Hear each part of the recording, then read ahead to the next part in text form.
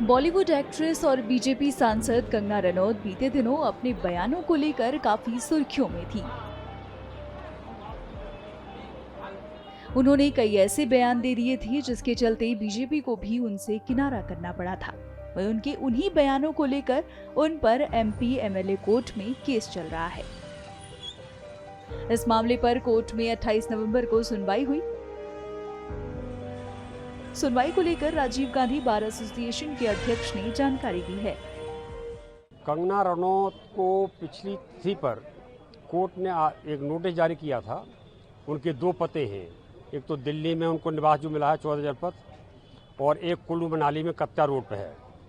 तो दोनों जगह पर कोर्ट ने नोटिस भेजे और नोटिस में ये लिखा था, आप कोर्ट में स्वयं उपस्थित होकर या अपने अधिवक्ता के माध्यम से अपना पक्ष रखें, ये प्रस्तुत करें कि आप इस बात को सुनवाई कराना चाहती हैं या अपना पक्ष रखना चाहती हैं। और अगर आप आज की तिथि पर हाजिर नहीं होती हैं तो ये मान लिया जाएगा कि आपको कोई उसमें कुछ कहना नहीं है और कोर्ट अग्रिम आदेश करेगा। तो चूँकि कोर्ट ने भेजे 19 नवंबर को कंगना को दिल्ली वाले पते पर रिसीव हो चुका है, 22 नवंबर को कंगना को कुल्लू मनाली वाले पते पर नोटिस कोर्ट का रिसीव हो चुका है। कोर्ट ने आज नोटिस को पर्याप्त मान लिया है तामीलात, और हम सब लोगों के, भैया जी के, रामदत्त दिवाकर जी के, फौदा साहब के, रायन गुप्ता जी के और करदम जी के बहस सुनी। उन्होंने बहस सुनने के बाद आदेश के लिए 12 दिसंबर की तिथि नियत कर दी है। 12 दिसंबर को आदेश होगा। कंगना के जो बयान उन्हें कोर्ट लेकर आए हैं उस संबंध में भी वकील ने जानकारी दी, सुनिए।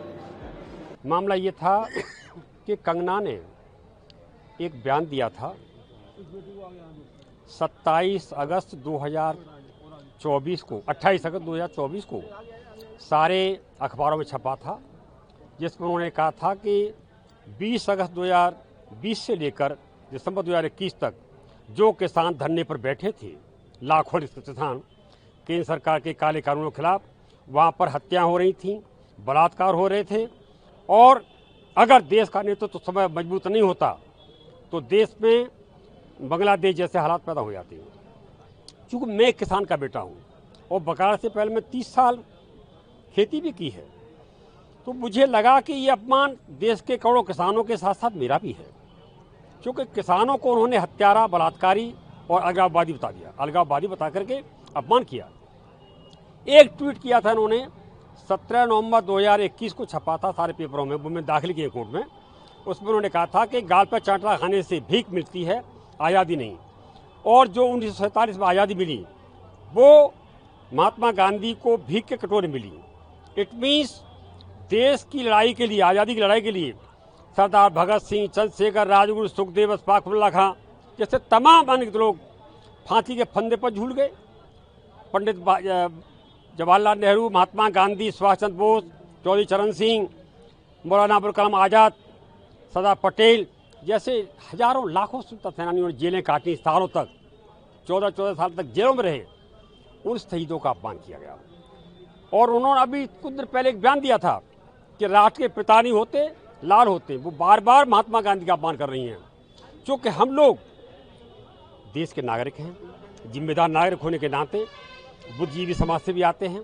ये हमारा दायित्व है कि हम ऐसे तत्वों के खिलाफ आवाज़ उठाएं और देश की एकता, अखंडता, देश के सम्मान, किसानों के सम्मान, राष्ट्रपिता महात्मा गांधी के सम्मान को अक्षुण्ण बनाए रखने के लिए हम कोई भी कुर्बानी देने को तैयार हैं। कोर्ट के सामने हमने अपना पक्ष रख दिया है, सारे सबूत पेश कर दिए हैं, हमने गवाहों के बयान हो चुके हैं, हमारे अधिवक्ताओं ने बहस की है, तो कोर्ट सहमत है और निश्चित तौर से कंगना को तलब करने के आदेश होंगे। अगर नहीं आती तो उनके खिलाफ कार्रवाई होगी। 12 दिसंबर 2024 की तिथि नियत की है कोर्ट ने।